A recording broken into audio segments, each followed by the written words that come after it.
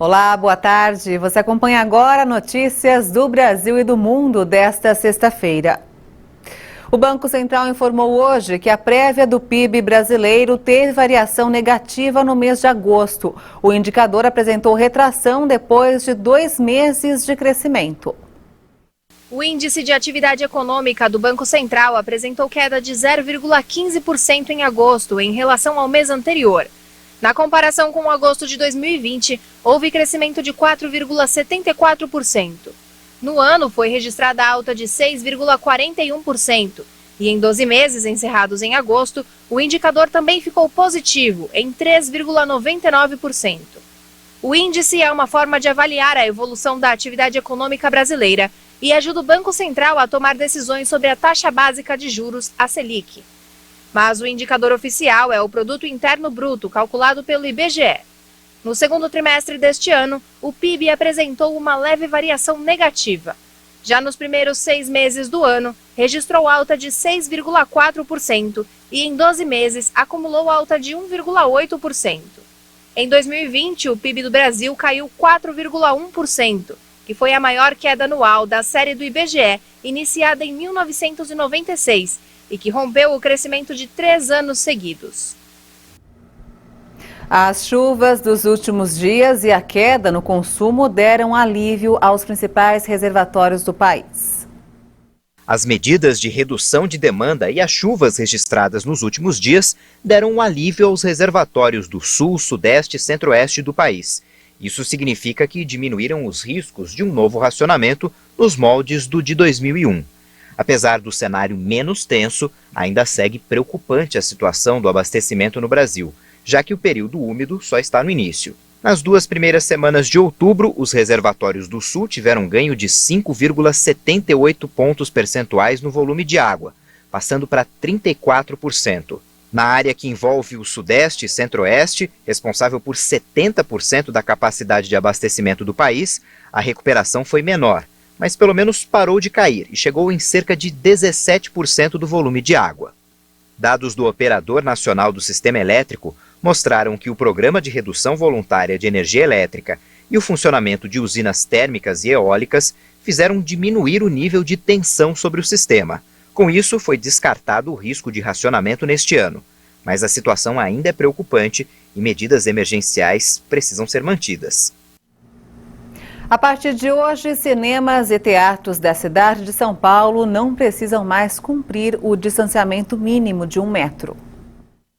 Agora, as pessoas não vão precisar mais cumprir o distanciamento de 1 metro para evitar a propagação da Covid-19 nas salas de teatros e cinemas de São Paulo. A orientação da Prefeitura é para que os locais que recebem menos de 500 pessoas peçam a comprovação da vacinação, o que é válido também para eventos com público acima de 500 pessoas, com a exigência do chamado passaporte da vacina, com a comprovação de pelo menos uma dose. O uso de máscara continua obrigatório, assim como a disponibilização de álcool em gel nas dependências. A medida foi anunciada após a queda do número de casos e mortes provocadas pelo novo coronavírus na capital paulista, em um momento onde mais de 85% da população adulta já está com a imunização completa e as taxas de ocupação nas unidades de terapia intensiva estão em 40% e de 33% nas enfermarias. A flexibilização de regras também começou em cidades nos estados de Pernambuco e Minas Gerais. A Casa Branca anunciou nesta sexta-feira uma ofensiva para reduzir a vulnerabilidade em relação ao impacto da mudança climática na economia dos Estados Unidos. O plano busca diminuir os danos financeiros que o clima extremo causa em residências e empresas, assim como reverter a interrupção do abastecimento.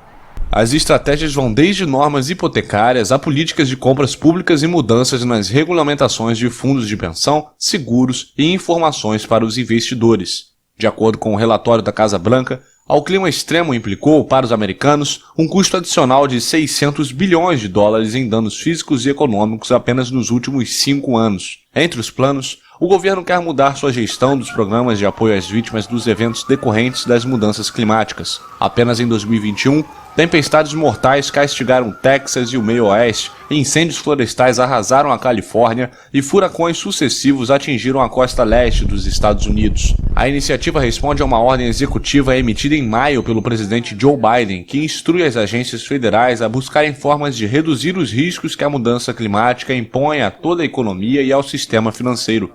Nesse sentido, busca-se mudar a normativa da gestão dos planos de previdência e poupança das empresas para que os administradores desses fundos estejam autorizados pela lei a integrar critérios ambientais, sociais e previdenciários.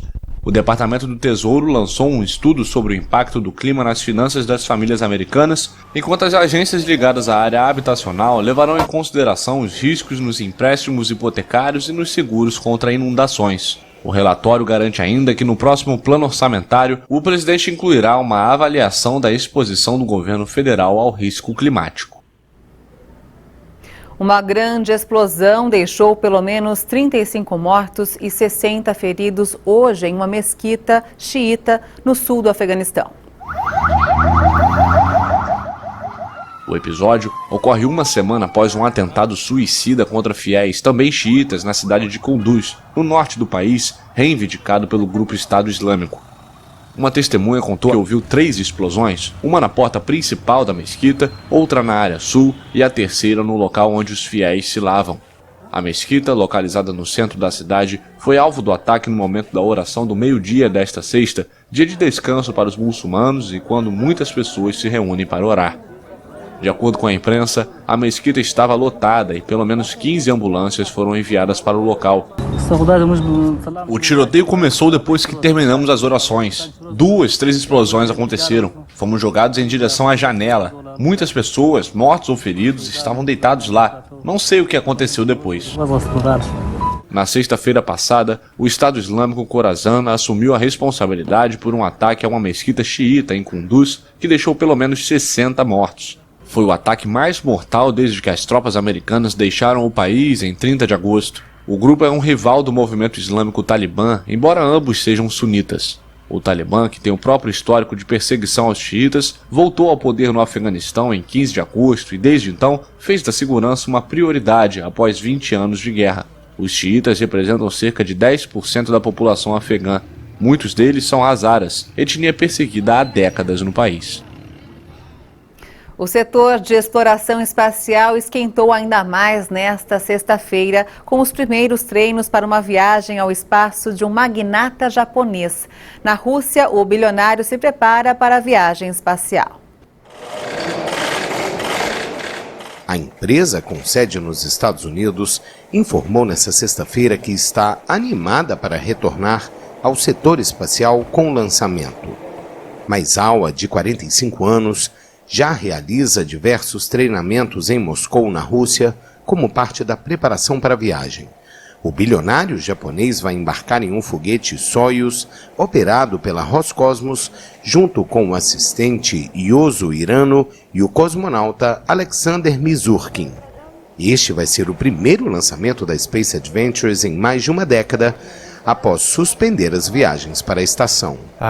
Estamos muito entusiasmados por ter Maizawa voando ainda este ano e ainda mais entusiasmados por ser uma missão de 2 pessoas voando ao mesmo tempo para a Estação Espacial Internacional. Nossos parceiros russos têm sido muito flexíveis para que isso aconteça.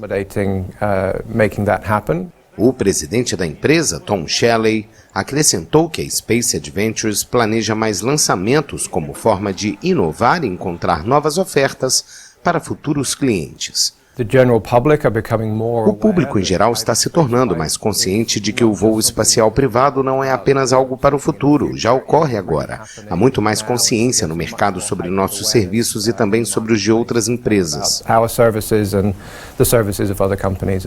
Shelley disse que o próximo voo da Space Adventures para a Estação Espacial Internacional dará a um de seus clientes a oportunidade de completar uma caminhada no espaço. O retorno da empresa à indústria em parceria com a Rússia foi possível após o sucesso do voo da SpaceX de Elon Musk no ano passado, que levou astronautas à estação que orbita a Terra. O lançamento de dezembro ocorre em meio a uma série de outros lançamentos não profissionais para o espaço. E essa edição termina aqui. Eu volto logo mais às 5 da tarde com outras informações. Obrigada pela sua companhia e até lá.